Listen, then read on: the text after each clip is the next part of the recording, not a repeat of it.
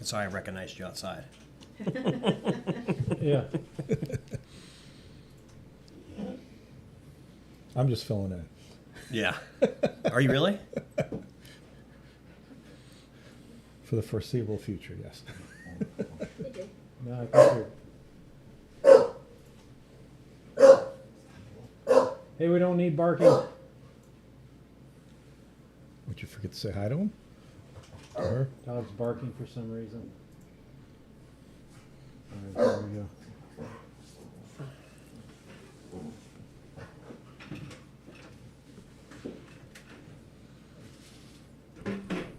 All right, we are up. Welcome to the BlabberMalt Show with your hosts, Dave and Matthias, two guys that blabber incessantly about beer, brewing, and bullcrap. Stick around while they brew up another tasty episode. All right, everybody. Hello, BlabberMalt Show coming at you, episode 109 for July 15th, 2025. You guys are just finding us. This is Dave and Tom. We're down in BlabberMalt headquarters, deep under a volcano, under a ocean or something like that. We can't tell you where. We can't tell you where, super secret. But we do a live show every Tuesday, 7 p.m., out and about at a brewery or some other cool place having to do with craft beer, or we're here in the headquarters.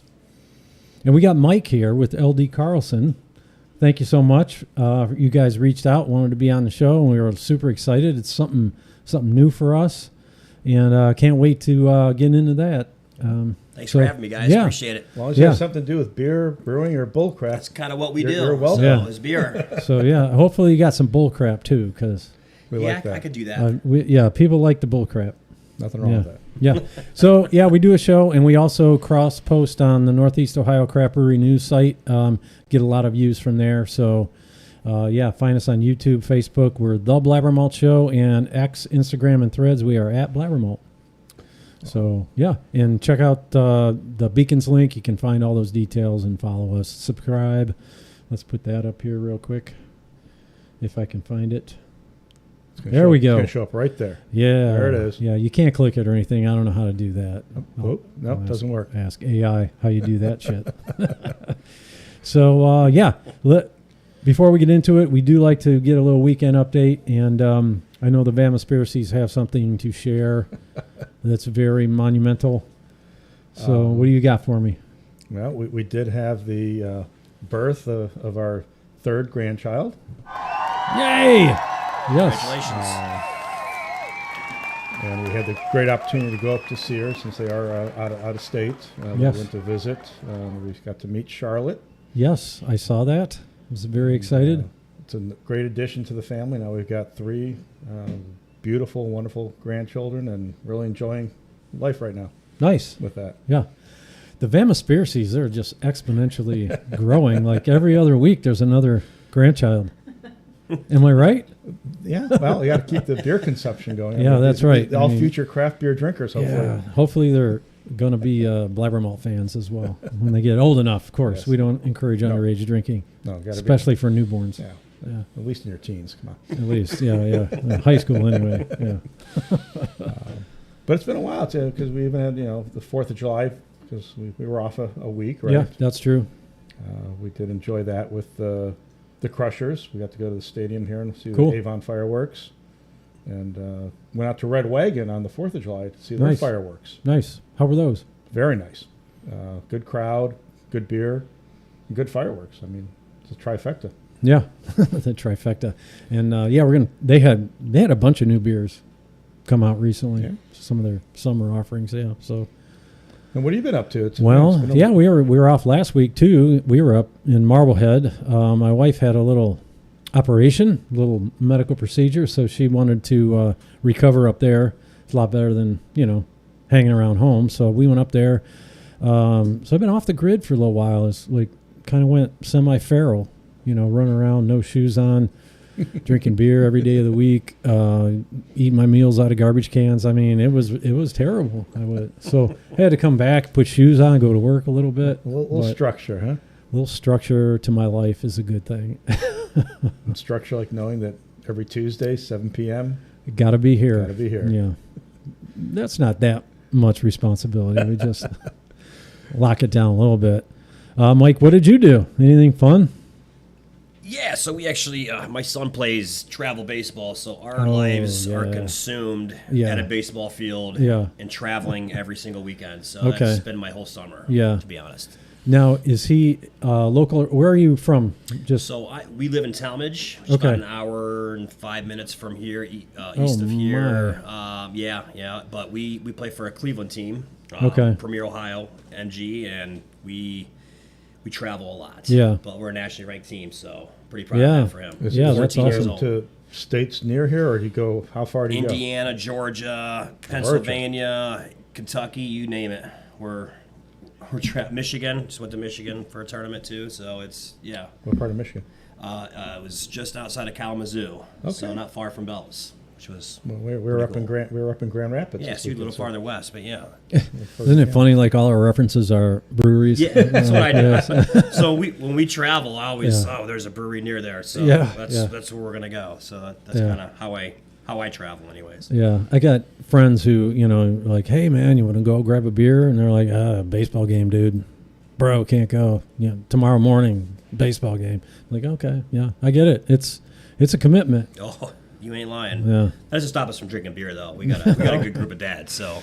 Yeah, we did the travel soccer, and we got to see a lot of breweries throughout Ohio and Indiana. Pennselsvania, so we did a lot of traveling. It's really, and volleyball's the same way, softball's the same way.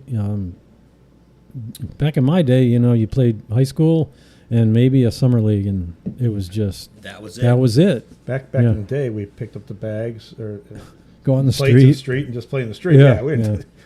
Traveling was to the end of the driveway. Not anymore, gentlemen. That is gone. That's not the way. That's not the way it goes anymore. The way the world right now. All right, let's get into this, man. So I'm going to scroll the thing down since you guys are hacking on me for not doing it. We'll get to the thing here. This is really exciting. So Mike is here from LD Carlson. This is a bit of a different interview for us, so we had to, restructure it a little bit.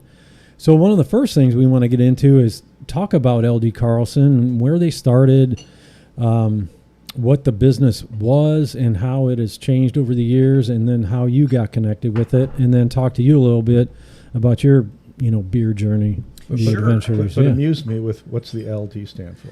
So it's actually for the original founder, Larry Carlson. So when our current owner, Ron Hartman, took over, bought the business, he renamed it LD Carlson after Larry. So that's where that kind of how that got started. Okay. Yeah, that's cool. So, I was, snooping on the website just to see what was going on, and they said, it started back in the 70s. 1970. That is a long-running business. Yes. Oh, thank you. Look at this. Oh, we got beer of the night already. That was Jay. He's stepping into the beer pourer position now that Tom is elevated to co-host. So, got to be here every episode, Jay. So we got this Market Garden beer here. Let's do that. Let's talk about this real quick. Yep. Because you guys work with Market Garden. That's actually one of our great partners, Market Garden Brewery, brew with Offern Garden Malls, which I'm sure you guys are familiar with. One of our main brands.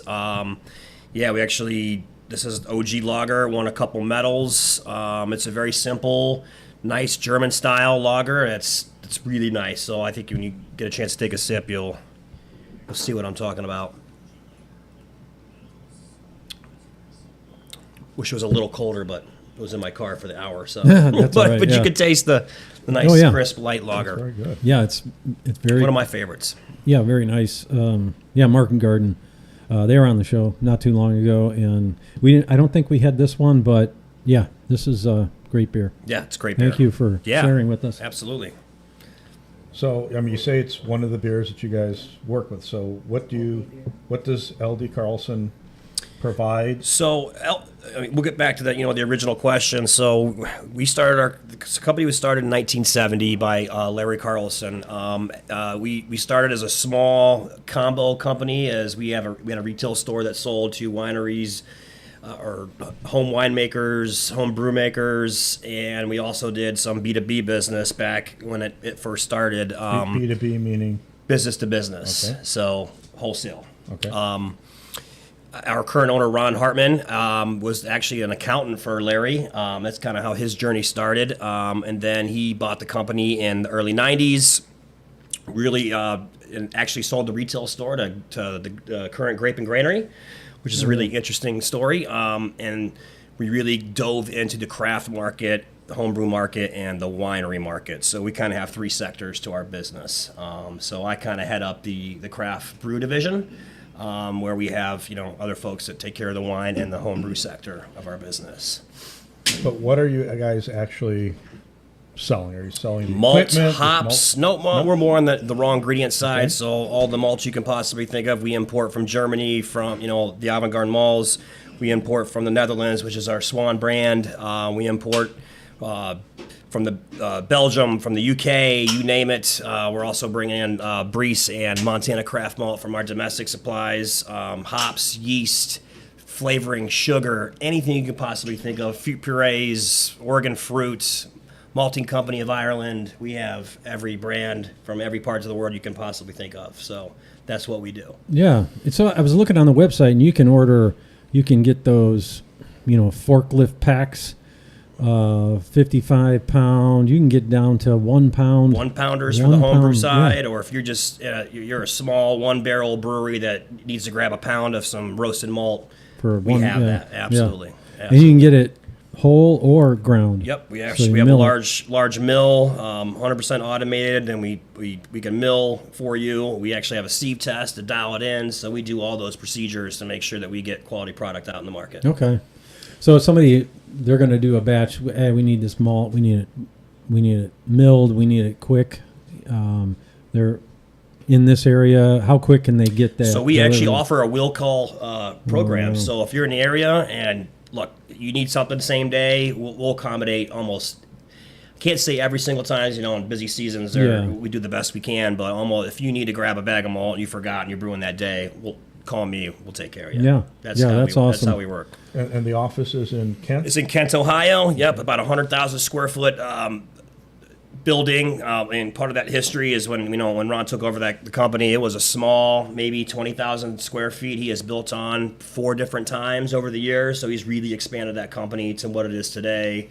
And actually, back in the 90s, he actually had a silo filling station where he imported malt and filled silos. Oh, wow. So it's a long, rich history of supplying craft breweries from LD Carlson. And it's nice to be so close. I mean, it's nice for us here in Cleveland. It's so close. You can probably even get by without a grain mill and you guys just mill it for you. Grab it and you can mash in within the second you pull in your back in your parking lot. Yeah, that's awesome.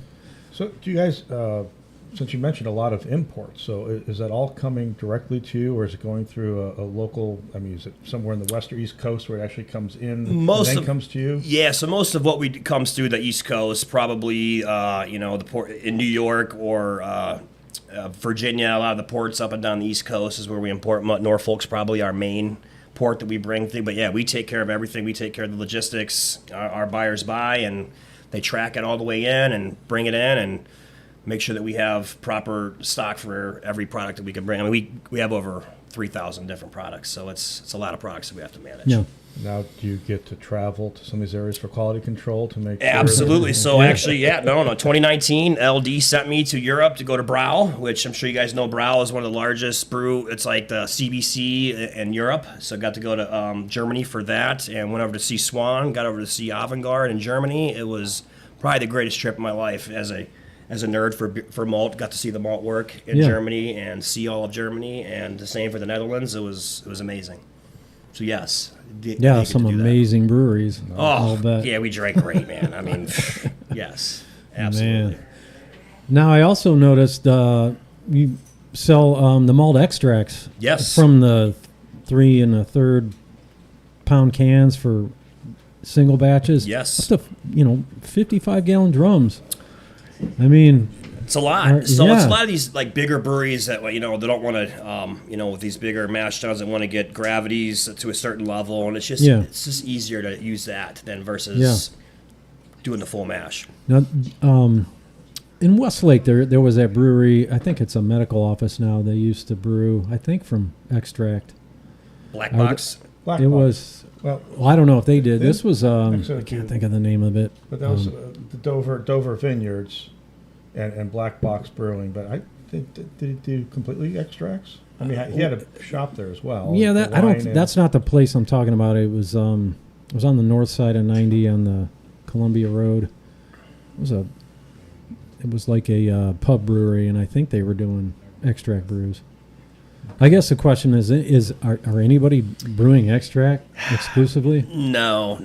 It's mostly gray. I mean, those are really just to really hike up. Wallabies? Yes, it was Wallabies. Look at you, pulled that Wow. out. Thank you, Wow. Tom. I used to go there Yeah. all the time. Yeah, yeah. I actually liked their beer. And their food was That good, was a too. long time ago. Yeah. I mean, you can make a good beer out of extracts. Don't get me wrong, Sure. but most breweries are using straight extract now. Yeah, I mean, especially the extracts these days are a lot better. And you can, I mean, before you get dark and light, and that was it. Right. And, boil some grain and darken it, whatever. But, I mean, you can get the malt extract. Oh, this is Golden Promise. This is just 2-row Breeze or whatever. And it's, you can really dial in the flavors, but no self-respecting brewer would just brew exclusively from extract, right? That's what they say, man. Now, Dustin's on. Dustin, would you brew from extract exclusively? Come on. Answer later. so, I mean, you mentioned, so again, you're in the craft brewery division, but you guys also provide stuff for winemaking and for meads. Is that correct? Absolutely. So, I mean, a lot of those interchange or crossover or bleed to other products. So we also, one of our large divisions is our winery division. So we sell a lot of wine kits, a lot of juices, a lot of really everything to make wine. We sell to wineries, we sell to home winemakers, meads. We even sell kombucha products. So, I mean, we kind of spill over in for anything you can ferment, we sell. Yeah, cheeses, yogurts, stuff like that. Absolutely, Yep. yeah. There's that great meadery out there in Mogador. Yeah, we sell to those guys, yeah. Crafted Artisan? Yep. Yeah, I tried to make wine. It was not good. Yeah, No? yeah. You have to be Did you try a patient. kit? I did buy a kit. This was years and years ago, and I don't have the patience. A brew you can turn over pretty quick, but a wine you got to kind of wait, and I couldn't wait, and it was bad. The people who tell you can make wine in 3 months that's not going to be the wine you want to drink. I will jump in and say one thing. So we have different levels of our kits. So some kits are designed to be literally drink after you ferment because they're fruit loaded or they have something in there to make it taste a lot better. But yeah, most of the higher end, they suggest 6 months to a year to age because they'll taste young, right? So, Yeah, ain't but there nobody are got time for that. Right. But if you have some of the younger ones that you can drink right away, you can wait on those more Yeah. prestigious kits. You know what I mean? So. Yeah, it's a long time to wait to figure out you screwed it up.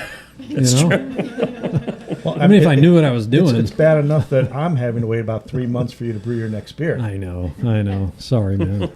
It's too much beer drinking and not enough beer brewing. Exactly. So Dustin says, God, no. He would never brew from extract. Yeah. See? Yeah. So I mean, Mike, describe a little bit. I mean, your actual role. I mean, what's your day-to-day thing that you do for LD? Yeah, so Carlson? I'm the business development manager. So I oversee the sales team. So just strategic ways and how we can expand our footprint in the market. So our sales team travels every other week. They have their areas. And we travel every other week. We go visit breweries. We knock on doors. We make sure our current customers are well taken care of. So we're very hands-on, want to meet, shake hands, and make sure our customers are well taken care of. So my day-to-day is to make sure our team's out there selling, planning for travel, making sure we're bringing money to the table. And do you guys have a territory? Is it Northeast Ohio? Is it? So it's kind of over the 12 and a half years, I've actually been out on the road. So my colleague David, he handles the Northeast, and our newest member Elijah, he's kind of branching out, handles Indiana, Pennsylvania, Western Pennsylvania, and I handle pretty much everything else. So I'm Ohio, Michigan, West Virginia, Tennessee, Virginia, North Carolina, Florida, Alabama. I think that Wow. covers. Yeah. So That's a there's territory. I'm busy. There's Yeah. no issues over state lines with no, that product. I mean, there are some different laws on how they operate versus like you got to have food in some states to sell a beer. I mean, there's a lot of weird, different, small idiosyncrasies. For that the actual breweries, yes. Right. But for the supplies, there's No, nothing. as long as you have a tax ID number and you're set up as a brewery, we'll sell your product. Yeah, until the alcohol is created, and Then it becomes it's their their and product. they have they have Every state's licensing they very have to take different, care of. Yes. Yeah, that's cool. So now on the, on the homebrew side, I know you guys sell some equipment too, pots and transfer equipment. Do you guys get into any of the equipment on the craft brewery side? Just a small like tri-clamps and small.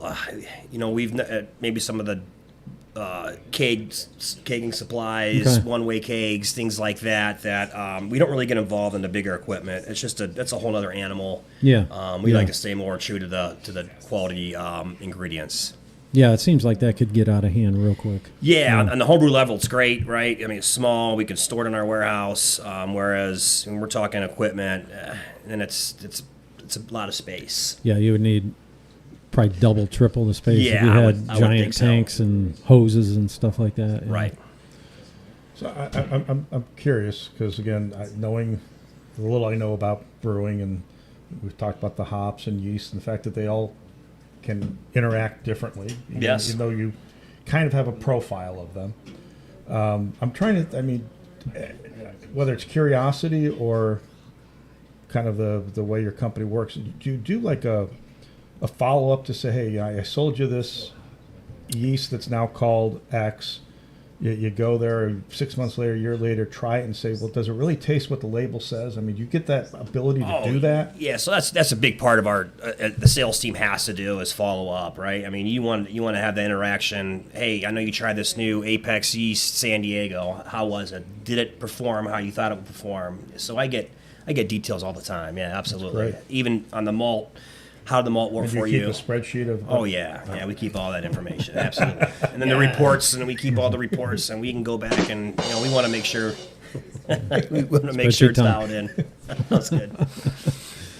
Yeah. So on the other side, so if you get that feedback and you're sensing that maybe this product it's not performing the way it should, can you go back to the manufacturer and say, hey, man, we're getting some feedback on this and we're having some trouble? Yeah, look, guys, we're in the agricultural business, Yeah. so with malt and it's barley. Every year, it's changes based on the weather, and I'm sure a couple of years ago was the worst crop year domestically that we've had in Heard that, 40 yeah. years. So there's always a challenge every single year on how the actual product changed from year to year, from Yeah. crop year to crop year. So absolutely, so it's always a challenge. I imagine that you can you have a bigger voice, I would say, to a farmer or whoever, because you're representing a bunch of different breweries. Yes. So hey, we're hearing this from everybody, so then they would tend to listen. If you're just a single brewer and you're like, this grain isn't really not performing like we thought it would. Yeah, we take that very seriously. Even Yeah. if you're 1 barrel, 5 barrel, 10 barrel home brewer, we want to make sure that we have quality products. So we usually, sure. even before we bring in a product, we have local brewers try it. Mm-hmm. And what do you think? And we have feedback before we even bring on a new product. So we don't really get a lot of complaints, but it does happen. And Okay. when it does happen, we make sure we get our maltsters involved. And usually it's an easy fix, and they miss something on the COA, Okay. and it's usually pretty easily figured out. So Yeah. what I think I just heard was that, Should I get ready for another? Dave, you could become an incubator to try some of these new things. So It's you interesting. get yeah. some stuff from Mike. He'll say, hey, we're not sure what this is. Brew up a batch. Do and then some we'll all analysis, sit around yeah. and see what it tasted like. I mean, that might be a nice... Nice way to drink a bunch of beer. Evaluate some products. Call it what you will. Fellas. Call it what you will. Yeah. I hear more beer cracking back there. Are we on to the next one? What's the next beer we got? So with Mark Garn, so we had this beer first. So the products that are in this, you mentioned they're one of your clients. So a lot of the stuff that goes Yeah. into this came from you. The malt is 100% avant-garde malt, German malt. So this one's probably, I don't know his recipes, but I know it's a lot of, I mean, they buy a lot of avant-garde pills from us, so I would imagine that's a lot of German Pilsner. Jackie O's. So you guys work Yeah. with Jackie We O's? do work with Jackie O's. Who cooks for you? I don't know. Who cooks So- for you? Tom, I'm going to point this out. You used to pour the beers for us. Now Jay is just like, here's the can, bro. Just pour it yourself. Some, All right. some things just cannot be replaced. I know. That's all right. Here. Thank you. Pour your own beer, Mike. That's how we're rolling now at the BlabberMalt Show. Oh, man. Well, next time Matthias is a co-host on here, I'll Step pour. back in. No. Matthias can pour the beers now. He's back seat now. All right. So what do we know about this one? You know, I was actually just there last week, and they pulled one fresh off the line and gave it to me, so I figured I'd bring it to the show. We've been working with Jackie O's for, longer than I've been at the company, so Yeah. we have a long history with Jackie O's. So Yeah, who cooks for you? It's a classic from this area. Well, kind of this area, but fantastic beer. So that's a dank Mm-hmm. hazy IPA. Not one of my favorite things, but it's true to what it's supposed to be. I mean, that's Yeah. the thing. It's So we had Dan and Ozimba on from Two Friends. It was the last show, I think. And Dan's not a fan of the word dank. He's like, I don't like it. I looked it up. I looked up the meaning, and it refers to moldy, a moldiness, a mustiness. Right. He's like, we need to come up with a better word. So BlabberMaltsters, and right now that is Dustin. Oh no, Rick Bell's here. We need a better word than dank for to describe that. to describe that flavor. So says Dan. So Rick says But funk's got its own meaning. funk. Funk Yeah, usually has very earthy. yeah. Funk reminds me of like a saison or a Brett Yeah, type yeah, of beer. yeah. But dank can just be from the hops. I don't know. I don't mind dank. Maybe we don't need another word. I don't know. Are there any styles of beer that you guys don't supply? I mean, I'm assuming that most. no, we have every malt that can cover every beer, every hop that can cover every beer, every funky yeast that can cover every beer. So from sours to lagers to IPAs to saisons, we got every product that would cover that to make those beers. Yeah, I mean, I was looking at the yeast list. I think I put it up here somewhere. Yeah, from dry to the liquid yeast, Omega, white. Yep. So fermenters. Apex, Slalom, Omega, White Labs, Fermentus. Yeah, we carry it all. Yeah.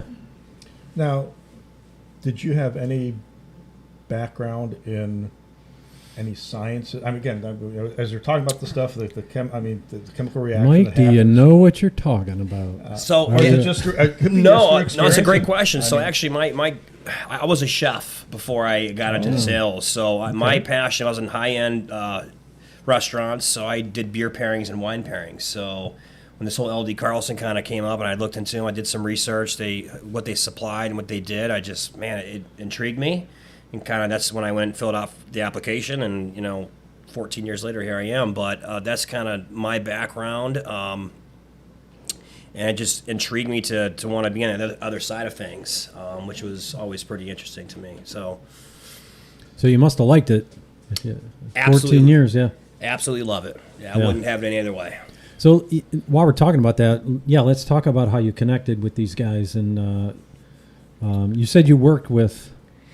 Yeah, actually, the VP of our company, actually went to school with him, played baseball against him. I knew him, so when I saw this job opening, when I was in the restaurant world, it was time for me. It's a lot being a chef, man. So you're on your feet a lot. I just had a son born. It was time to get a more, being in the restaurant world is tough. Not a lot of these companies offer insurance, things like that. So I took a leap of faith and got a position in the warehouse, started in the warehouse, worked in the warehouse for about 8-9 months, then got promoted to customer service, worked there for about 6-7 months, and then they offered me a sales position, and I've been going ever since. Now I'm the business development manager, and I oversee the sales team. Yeah, that's great. Yeah. So I'm going to go back a step here. Yeah. Because I'm intrigued. So you're a chef, high-end restaurant. You did beer and wine pairings, which again, that's usually you'd only see a wine pairings at some of the, which that's great that you're doing beer stuff. What was your favorite beer to pair with a meal?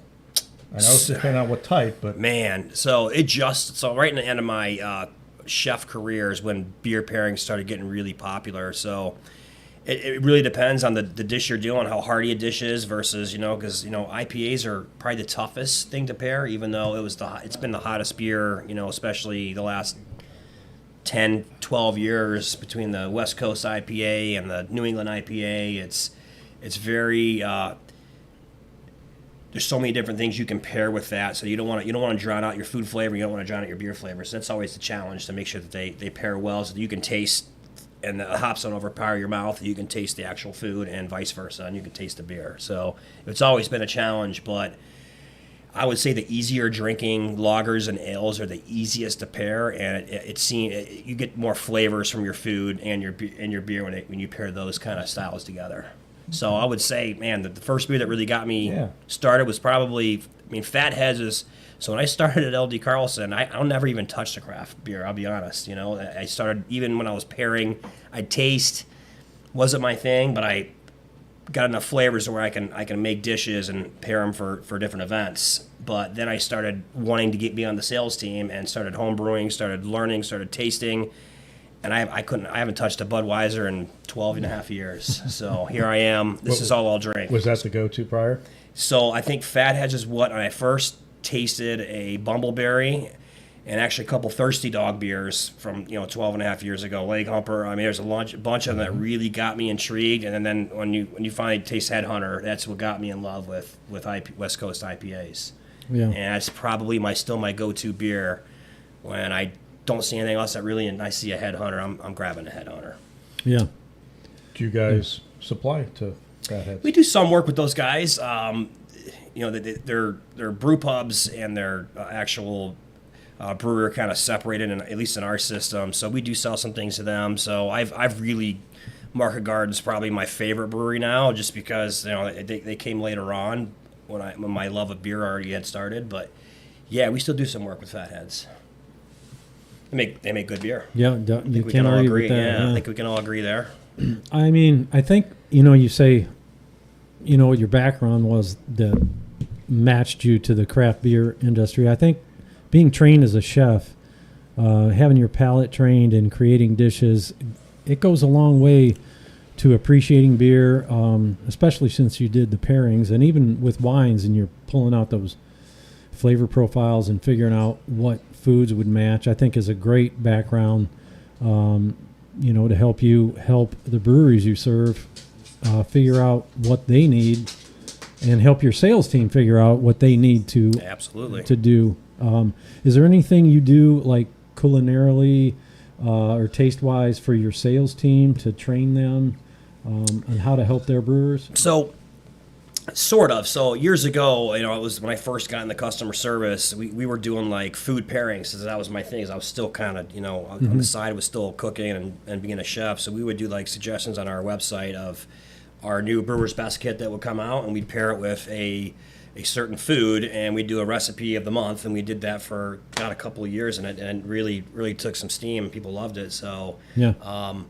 Part of what LD did for me was they sent me to Siebel Institute in Chicago. They sent me there, and I brewed for Thirsty Dog for 6 months as part of an internship program. Nice. So I really knew what I was doing when I was going out there. So kind of paired with that. So that's cool.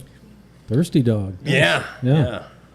That's fun. They make some great beers too. Yes. They do. Yeah. They've been around a long time. Yeah. Some of their barrel aged stuff is amazing.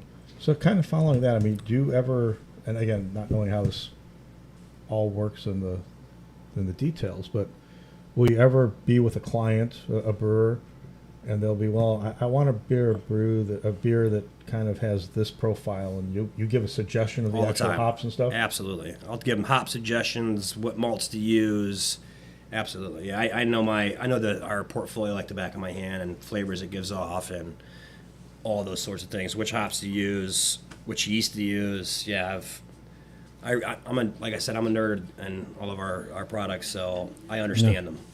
So are there new maltsters coming on that would like to work with you? Like, look at our product. What do you think? So we actually just brought one on that we're really excited about. It's called Malting Company of Ireland. So they actually came to CBC with us in Indianapolis.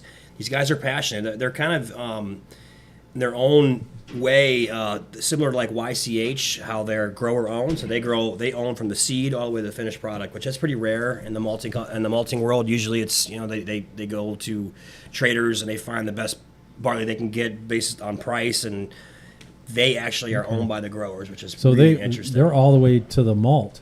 Absolutely. They just don't sell seed the to finished product. Oh, wow. Absolutely. That's impressive. Yeah. So what products do they have that you're kind of excited about? So Origin Gold, which is their kind of their version of like it's their main base malt 2-row. It has a little bit more flavor, almost like a Golden Promise version of the Iris version. So in a sense that it's very versatile in any base. They also have a stout malt. We're coming in the stouts, even though it could be used for other styles. It really works well with other adjuncts, so that you can make a nice mouthfeel stout, and then their ale, they call it ale malt. It's really a pale malt, and distiller's malt. That's the four products that we brought in from Malting Company of Ireland. Okay.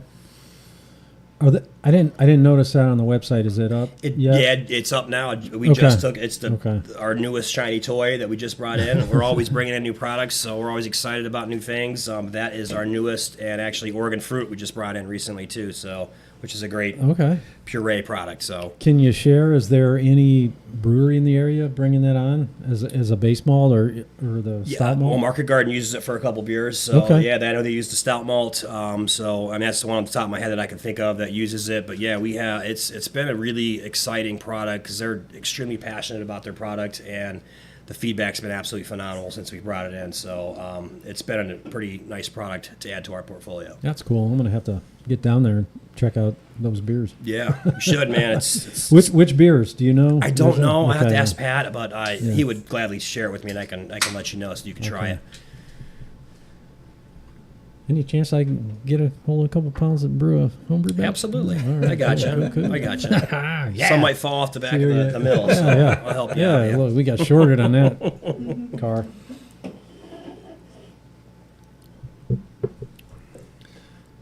All right, so you got the stuff that comes in. You got the warehouse. You mentioned the will call that if people want to come get it, they can. Do you guys also have a mechanism for delivering stuff? I mean, So is stuff getting mailed in the U.S.? Yeah, so we work with U.S. Mail, we work with UPS, FedEx, multiple freight companies. So what's nice about Ohio is we're next day. So all of our brewery partners, we get it out within 24 hours. You have your product next day, and we're like $105 a pallet. So we're very, very competitive. We get it to you next day. We offer liftgate service. We have probably 5 freight partners that we use in the state of Ohio, and then surrounding states. It just depends on which freight partner is stronger in that area, but we ship all over the country and outside the country, some parts of our business. We had another beer delivered here, another Jackie O's Seafoam. Seafoam's a good one.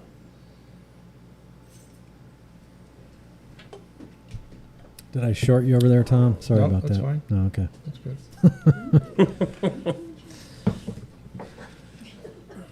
That's what happens when we have to pour our own beers.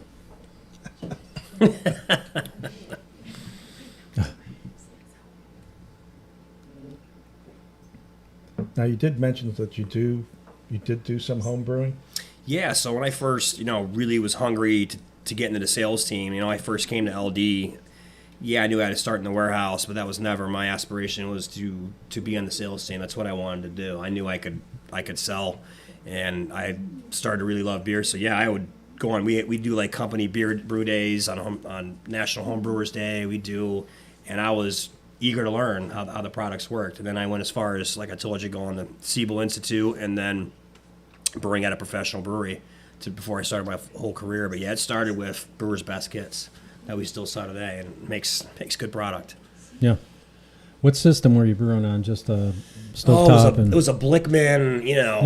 Blickman was huge back then. And then we had our own Brewer's Best brand. So it was a mix of, the Brewer's Best and the Blickman and, all those really high-end stainless steel pots and the stainless steel spoons and the Breeze products and the DMEs, You weren't doing the it on the LMEs. stove. What's that? You weren't doing it on the stove. No, we had a burner. No, we had the burner. Yeah. We do it in the warehouse at LD, like outside the warehouse at LD, and then my boss's house. Even after that, so we always had brew days, and I wanted to learn every aspect of brewing. So it started with home brewing into professional brewing. Now, did you do any wines and Wines, leaves I and- probably made 30 different of our wine expert kits. Okay. And they're really good. When you're making that many, you have time. Like I told you before, you got time to let them sit and age, and the difference is night and day. I mean, depending on the style of kit that you're making. I should try it again. Put really it away good, for a man. while, and then And when I first give it learned, some time this time. when I first learned, if you can make cereal, pour milk and cereal, you can make a Yeah, wine expert yeah. kit. It's that easy.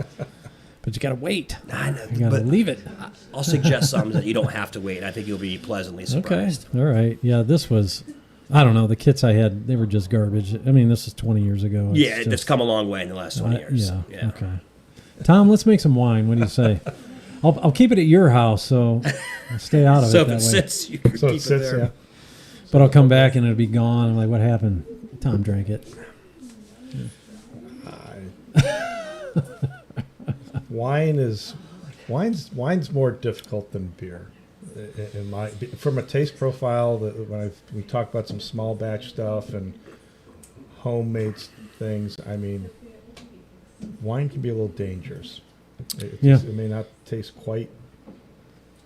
I think beer gives you a little more leeway in the flavor profile. So it I can believe It that. can be off a I little believe bit, but you that. can still drink it. If Yeah. the wine is off, it's tough because That's where these kits come into play, though. So they're pretty dialed in to where you just add water and add yeast and all the pH balancing and the citric balancing and all those things are done for you. So it's almost like cheating, Yeah. and it makes a good product. And one of the lines of the instructions is like, hey, dummy, stay out of this for a year. That's what they need to do. do not open until next Christmas. Yeah, it's hard to do. So I got to ask you this. Some people say that craft beer is in decline and home brewing is in decline. What are your opinions on that? I mean, I have my opinions. Look, I mean, let's just be honest here. I mean, we've seen this industry doing this for I've been with the company 14 years, and I've been watching. I was there when the home brew was like this. Yeah. I was there when breweries and craft division was like this. So, yes, has it plateaued and started to calm down a little bit? It has, but just like anything in the world, at some point it's going to level off, and it's still a lot bigger than it was 7 years ago. That's for sure. So it's not. Yeah. That is it down a little bit? It is. Other factors have come into play, but yeah, it's down a little bit, but it's still a very thriving industry. I agree. And it's like, I'm not going to stop brewing, and I still need grain. I still need yeast. I still need hops. And you know what? I'm probably going to swap out some equipment just because I'm curious how other stuff works. Right. But you want some nice shiny new toys I every want once some in a while, shiny right? new toys, and there's We all nothing do. wrong with the toys I have, but I want new ones. Why not? That's so, the human yeah. nature. And I think breweries are the same, and breweries are upgrading, and they're always looking for new products to make. I mean, talk about seltzers. Yep. I know you guys sell some yeast that are very Seltzer neutral yeast, flavored for seltzers. All the sugars in the world to make it. So Yeah, it's you all gotta the have that flavorings stuff. and the fruit, you name it. You can make Yeah, a you great got to seltzer. flavor it. Yeah, so I think we're on the same page. Yeah, absolutely. Yeah. So brewing's not going anywhere. Drinking's not going anywhere. No. So we still need all that stuff. Yeah. And there's still a market for you. I mean, it's like you said, it's going to the demand's there, Mm-hmm. and I'm sure LD Carlson has a portion of it, which that can always grow, For sure. and other companies may struggle. So I mean, even the market stays the same, and I'll just if you have 20% share right now, it doesn't mean you can't get 25% share. That's what we So strive to do. That's our growth job. is still Absolutely. possible for you because the industry, even though it's plateaued, is still a pretty big It's industry Yeah. multi-billion-dollar industry. compared to where it was 10 years Yes. ago. And I think that leads us into the next question.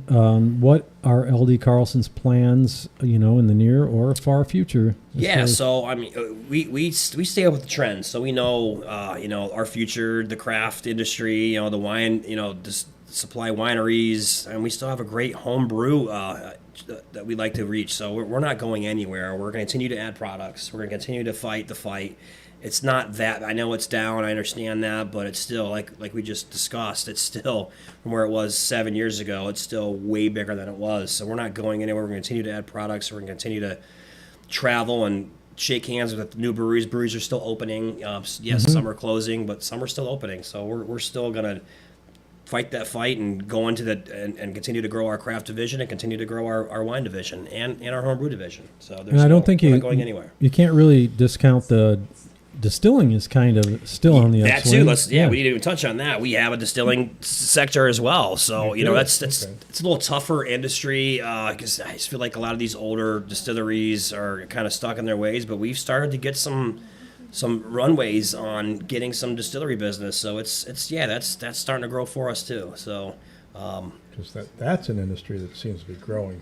it With is. a lot of smaller, even just here in Northeast Ohio, it's going from For sure, yeah. 5 or 6 to probably over a dozen distilleries. And a lot of the breweries that we work with are adding stills and have a distillery site where they're putting distillery products in their tap rooms, or cider, adding cider. So they're all innovating, adding new streams of revenue, adding ciders, adding seltzers, adding meads, and distilling is becoming very big. So a lot of these guys are adding stills so they can provide spirits at their tap rooms. Because that is an interesting thing, that traveling around a little bit and going to different breweries and out of state especially,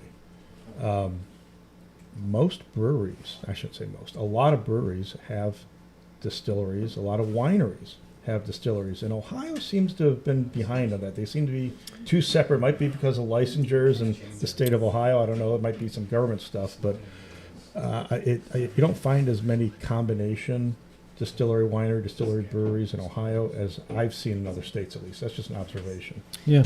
Yeah, so every state has its own licensing procedure. I don't think Ohio's as far behind as some others. There's some that are a lot further than us, like you said, but there's also some other states that are even further behind and they're fighting that fight in order to get those licensing so that they can get other streams of revenue. So I'd say Ohio's kind of in the middle.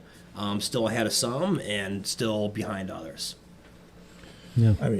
Of the 3 markets right now, craft beer, winery, and meads, have you seen one of those sectors growing versus declining, or are they all been kind of doing the same? Kind of all doing the same right now. I just think we're up against, a new genre coming in, the new 21-year-olds that are, they're in the health kick. I feel like there's a lot of health kicks going on. Yeah, I know. I'm with you, man. But at the end of the day, the lagers, all the light beers are trending right now. I dig those as well. So I think that's with the legalization of marijuana has put a dent into drinking craft beer. So it's now a thing. Yeah. So when that became legal, we noticed a decline right away. Not a huge decline, but we noticed breweries slowing down a little bit. So I think that's starting to go back.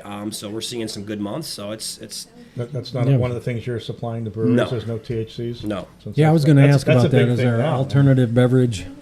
So some breweries right now, that's how they're growing. I went to a few just on my last trip that have gotten into that sector and making THC drinks, and it's doing well for them. That's because beer is down a little bit for them, and folks would rather drink that or whatever. But the folks that are still drinking, still drinking craft beer. A whole new meaning to dank beer. Yes. Yeah. Yeah, I have an observation on, the alternative beverages. You're going to have one, and that's it. Yeah. You're not going to be knocking those back at the brewery, or you shouldn't. And there's a lot of unknowns with that, right? So, Yeah. and you got that's some avenue. I don't know that a lot of breweries want to go down. Some do, some don't. There's a lot of gray area, I think, in the legal side of that. So, I did notice, if you ever been to Lakewood, Simone's, they always had a very large section of build your own six-pack, and you know, mix and match beers. They took a big section of that out, and it's all THC beverages. It's Lakewood. What is But I mean, how many of these are you going to drink? I mean, look, I mean, how many different flavors of a THC beverage do you need? You're going to drink one, and it's really not about the flavor of the drink. It's you're taking a dose, and then you're going to either drink some beer or drink some seltzer or whatever. But I mean, you're not enjoying. I don't know. It's not a beer. I think it's a mistake. Simone's, get the single beer aisle back. I agree with you. Now they're not going to come on the show. You've alienated them. No, but I mean, even we're talking. It seems like for almost every one brewery that you read about closing, there's two opening up. It's been very strange in Ohio. It has. I have seen some older ones kind of, or at that cusp of 5-6 years going under, but it's not like there's nothing opening back up. There's lots of new breweries. There's plenty of breweries still opening. So I mean, we're very optimistic. I think we all know beer's not going away. It's it's been around for eons and eons and eons of years. It's just a matter of when it's going to come back, and it will. I mean, we all know the crash of the brew pubs in the 90s. It all came back. So we've seen this before. This isn't like it's the first time it's ever happened. So, and it's not to that extent. We were like this for so many years. Now it's flat, and we're still here when it was here, however many years, 7, 8 years ago, right? So Mike, if you're a new brewery out there listening to the show, just thinking about it, getting your licensures, getting all set to go, how do they reach out to you to get samples? I mean, how does that all work? That first touch. So it's literally, you said it. We have a portion on our website. Become a new customer. You click on the link, boom, it comes right to our sales team. What is that? What's this website called? LDCarlson.com. So go to LDCarlson.com. You click on the want to become a customer, boom, it comes right to our sales team, and we'll have you fill out an application. You're set up. If you want samples, we'll take care of you with samples. As long as you have that tax ID number and you want to start messing around with our products to dial in your recipes so that when you do open and you do have all your licensing ready to go, you got your products dialed in. So that's easy. You just reach out or email me at michael@ldcarlson.com, and I'll make sure the proper person gets in touch with you.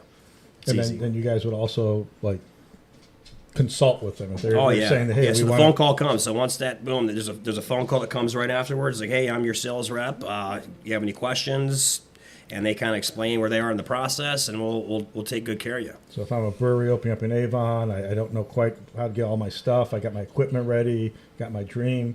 Yep. I could call you up and say, hey, I'm looking to at least get a Pilsner, a Stout, or something. Yep. You do it. You'd give me an idea of what you guys have available that might fit those. Yep, and I would share you a price list because you're probably building a business plan, right, for your business, which we understand. So we would share pricing at that point to say, here you go, put this in your business plan. I'd be your guy. Here's my phone number. Here's my email. You get access to our online website, so you can place orders online. I mean, it's really we're very high tech, very easy to work with, and you can see everything that we have. And then we have a customer service department you can call if we're in a meeting on the road with one of our clients. But we'll get back to you within a few minutes. So we're very easy to contact and take care of folks. Nice. So what do you think about this? As far as the model for like a craft brewery right now, I kind of think it used to be start out with the system that you can afford, and then scale it up, and then enter distribution and get bigger, and sell more beer at retail. I think maybe those days that's kind of saturated. Yeah. So.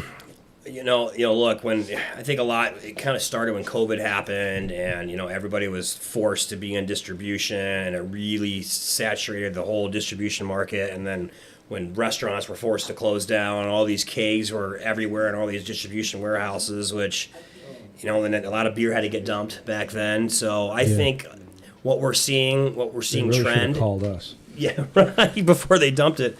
But what you're seeing right now is I think distribution is it's saturated. So a lot of these folks are kind of scaling back and worried about selling pints at their restaurant and or at their tap room, because that's where the margins are. That's where I think maybe makes sense. yeah. If you're starting a new brewery, I think maybe that's where you go and you sell it So in your most folks tap are room, and Or they're doing you can satellite make- locations, right? So they're opening their main brewery. It's doing well, and they're like, man, do we want to get in distribution, or should we just open another one 20 miles away and do the same thing? That's the trend that we're seeing right now for folks sell our expanding. beer at more of our own Right. bars. Come sit down, have our drink our food, drink our beer, eat our food, or if there's no food there, then whatever they have. Usually have a restaurant next door that'll bring food over and get to drink good beer.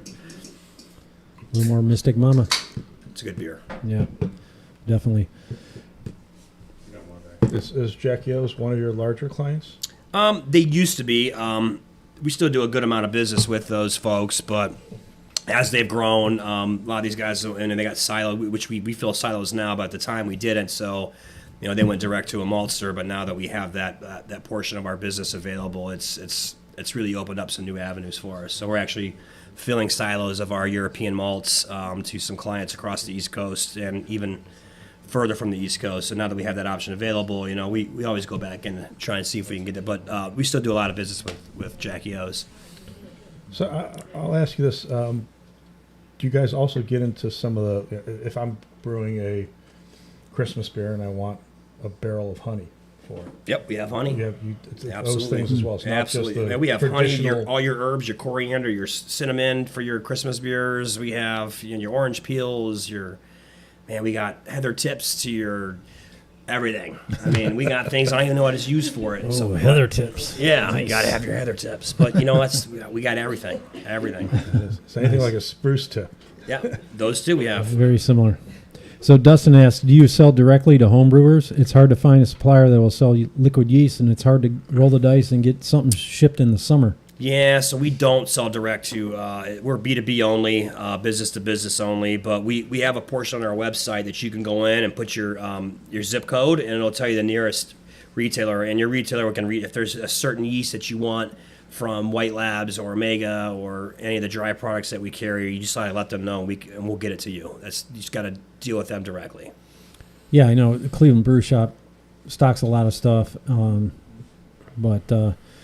yeah, I'm going more and more towards the dry yeast because there's so many options and it's shelf stable. And the technology has come a long way. It really has. Used to get those packets on the top of the the cans and throw that in. I was like, what am I making bread here? This is terrible. It's terrible, man. Yeah, if we'd had this conversation 7-8 years ago, I would have told you, look, I still think dry yeast is as comparable to a wet yeast, but now the technology that's put in, man, we have some really, especially Apex Yeast Cultures, which is our main brand. Yeah, man, that's one of our thriving products right now. One of our growing products still.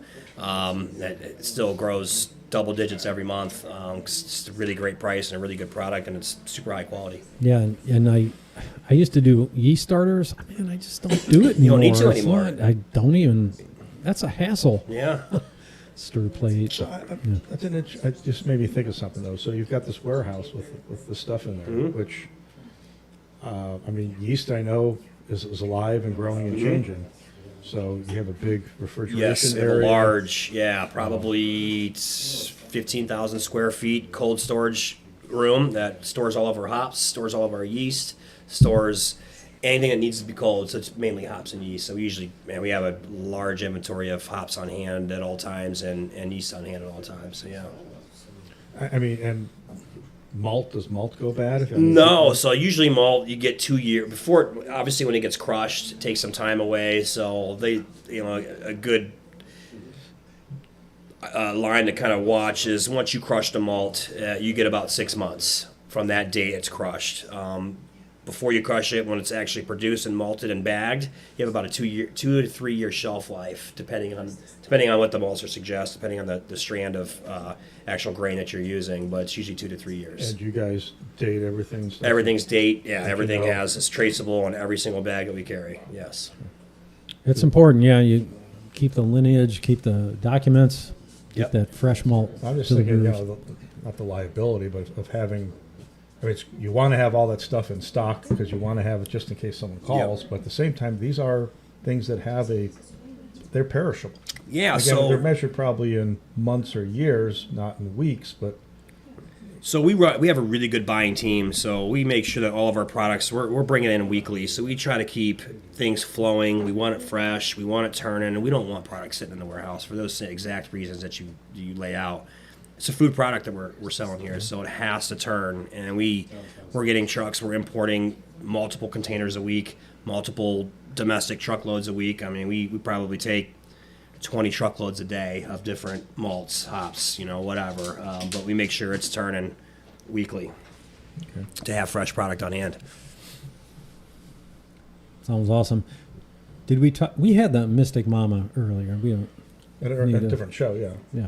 Not earlier today. We didn't have it earlier today? Well, yeah, this is the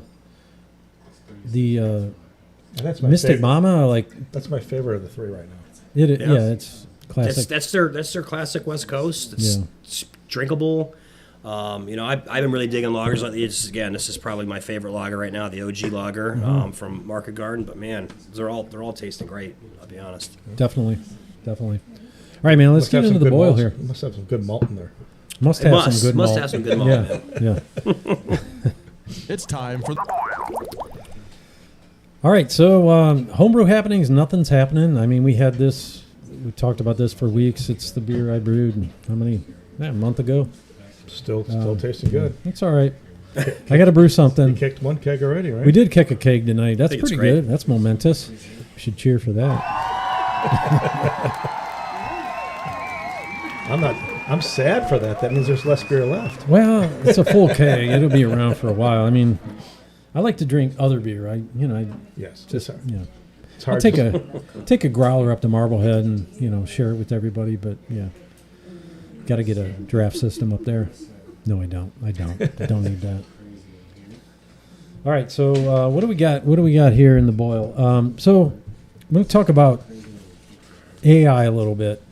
I for the music list, the last show we had, I used AI because I used to go to the Grog Shop and the Agora site and all the venues and look at shows and pick out things that we wanted to talk about. But then it's like, my brother's talking about AI. Let me give me a list of shows. So easy, so awesome. So I did the same thing for beer list, upcoming beer releases. And I printed this out, and it's pretty awesome. I come up with a pretty good list, but you have to pay attention to the prompt because I don't know if you guys use AI or if you guys have used AI. The prompt is very specific. It's very smart, very thorough, but you have to be specific. Okay, I want Northeast Ohio breweries, and I would like to highlight breweries that have been on the show. So here's a list, but if you don't tell it like exactly the tag that say Market Garden uses on Facebook or Instagram, it won't find it. So you have to make sure you have the right tags and say, give me a list of upcoming beers in the next couple months. And if a brewery doesn't have any information, let me know that. So it generates these lists. It's a good list. It's a good list. Yeah. Now, I also I wanted it to tell me the dates because sometimes it would say, okay, like I think Franklin had a beer coming out, but it came out in January. It was an Eisbach, I think, and that might be gone. But so I said, give me the dates. So I spent way too much time on this. It probably took me more time to tell AI to give me this list than I could have just went out and found it myself. Yeah, that's what I would have done. But I mean, I think it's a work in progress. So all right, we'll go down this list. We got Fathead's Pink Velvet Tiger Fruited Sour. July 11th through the 19th it came out. See, I don't know. So that's Ohio Beer Week, which is down in Athens. It's in Athens, yeah. Yeah. Yep. That's going on right now. Yeah, we've done that we used to do that years for almost every year we go down there for that. But yeah. So it also listed Headhunter, which is yearly available, but a batch just came out, so I'm like, that's not useful. Great Lakes. Just for me. Yeah, Rally Drum Shandy. I mean, that's been out. Hazy Headlines, Masthead. Hoppin' Frog Blueberry Turbo Shandy, that released July 10th. I feel like that's been out longer than that. See, I don't know. I gotta work on this. July 10th, but that could be 2023. Could be, but come on, AI. Look, I want specific information here. So it didn't find Four Paws, was one of our favorite breweries. So I specifically said, hey, give me all Four Paws beers coming out.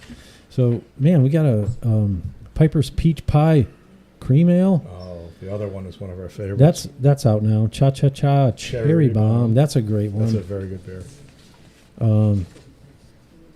I know Ann knows you. Oh, yeah. Yeah, she's like, oh, yeah. That's great. No, Ann Yeah. makes great beer, great partner of ours. Yes.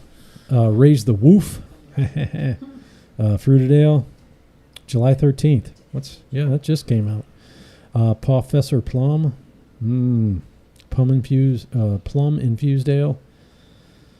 I don't know if that's out. It wasn't out the last time I was there. Doug's Daily PB&J Wheat. Sounds awesome. So then the next list that's here is the one that I generated, giving it breweries that have been on the show.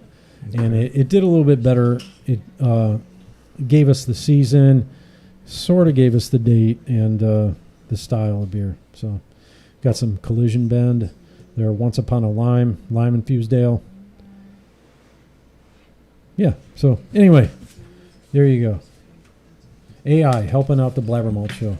Trying to make this quicker. It really wasn't quicker this time around, but I'll figure out the prompt and we'll dial it in and we'll generate that a lot faster. Just don't be too good. I mean, AI is going to take over us being co-hosts on here. They could not come up with the level of bull crap that we come up with. So my job is safe for now. Yeah, your job is safe. Don't worry. This week. You have a high level of bull crap, Tom. So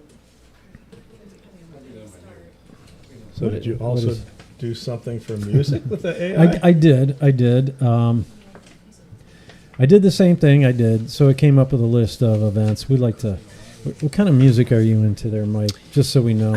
I grew up listening to rock and roll, so the 70s rock and roll. That's kind of what I grew up listening to. So if I had a favorite, it would probably be that. Okay. You're a young man, though. Yeah, I don't know if I'd say young, but, Youngish? Youngish. Okay. But when your father and mother listen to that your whole life, that's kind of sticks to you. Yeah. All right. So like Led Zeppelin, Pink Floyd, you name it. How do you feel about like Iron Maiden, Black Sabbath? Yeah, absolutely. Okay. Yeah. All right. Throw him a couple of your bands just for giggles. Oh Tears for Fears. David Tears Bowie. for Fears, David Bowie, Genesis. It's good ones. Yeah. Genesis. Heart. Yeah. Oh, Heart. Yeah. So Phil Collins. Cool. Yeah. So I'm looking at this list, and we talked about this. What is the date here? Today's the 15th. Okay, so the 17th is coming up. Ghost, Rocket Arena. It's kind of a heavy band. You would think I'd like them, but not so much. Buck Cherry, House of Blues. Be a good one. 21st of July. That's going to be a good show. I love Buck Cherry. I don't know the rest of these bands. I don't know any of these bands. Yeah. So thanks, AI, for nothing.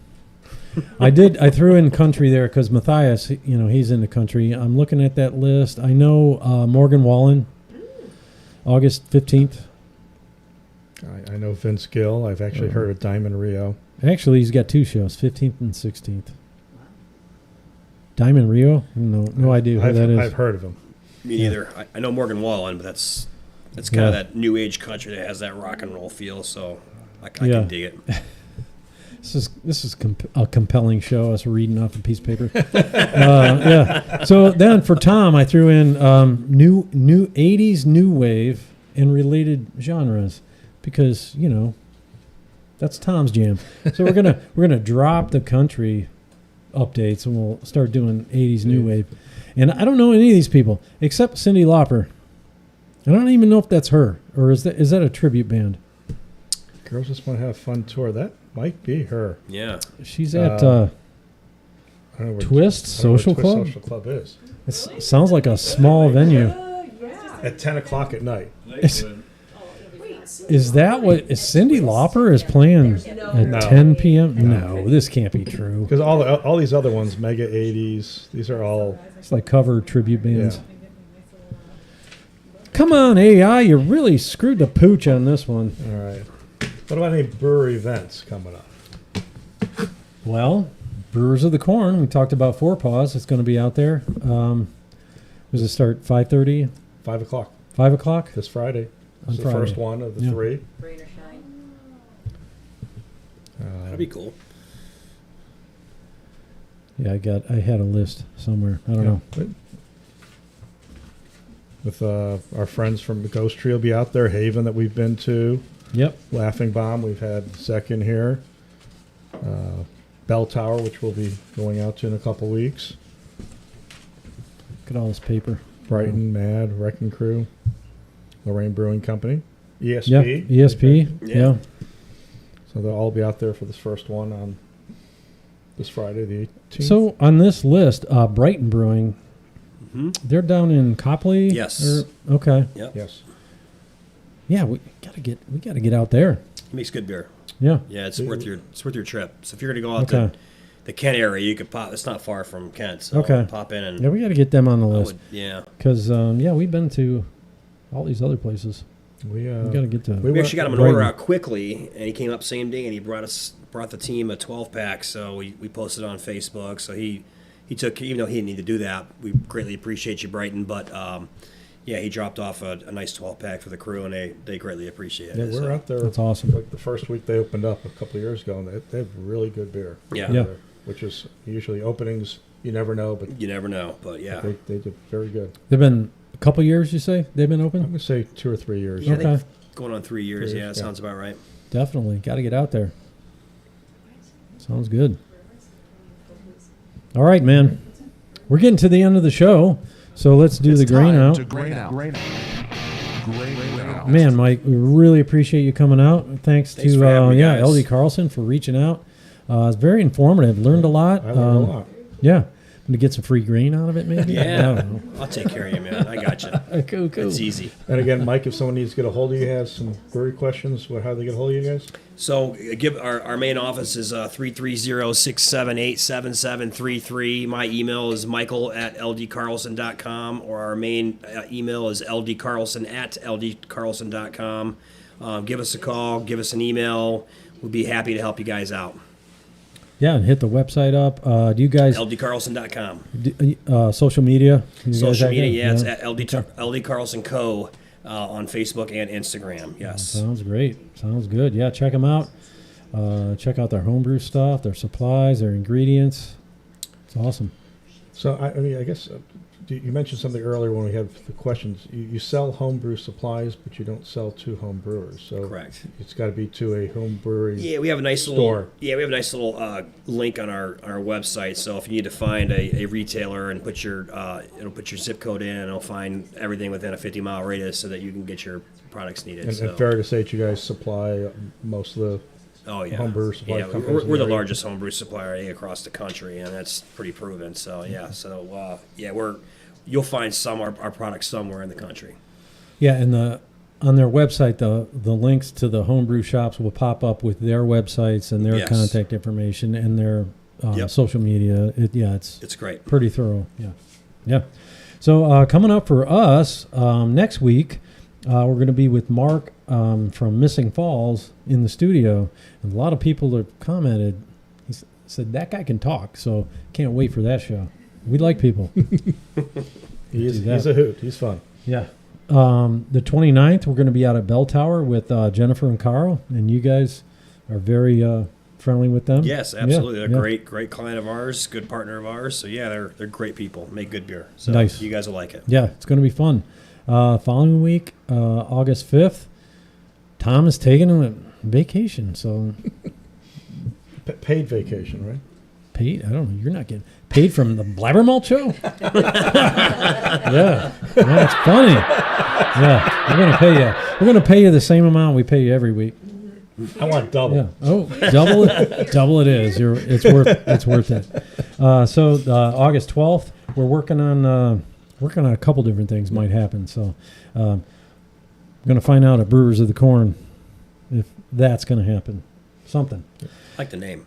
But definitely keep looking at the website for Facebook, your postings for upcoming shows. I know Dave's done a great job of keeping that up to date so you guys can see who's coming up next. Yeah. We're trying to get a couple people. That we're working on. Yeah, We'll working hard. We'll get the rest of August flushed out here soon. Yeah, coming in on weekends, whatever it takes. Get this schedule filled. Yeah. So if you guys have any questions, concerns, email us at blabbermalt@gmail.com. Oh, Dustin says he's pretty sure they're going to go to Brewers of the Corn. Just saw that pop up. So, nice. So don't forget to Stop by and say hi. Yeah, stop by. See Tom. See Maria. Yeah, They're going to be out there sweating, pouring beer, working hard for you. Yeah, and stop by, see everybody else too. Don't forget to like, follow, subscribe.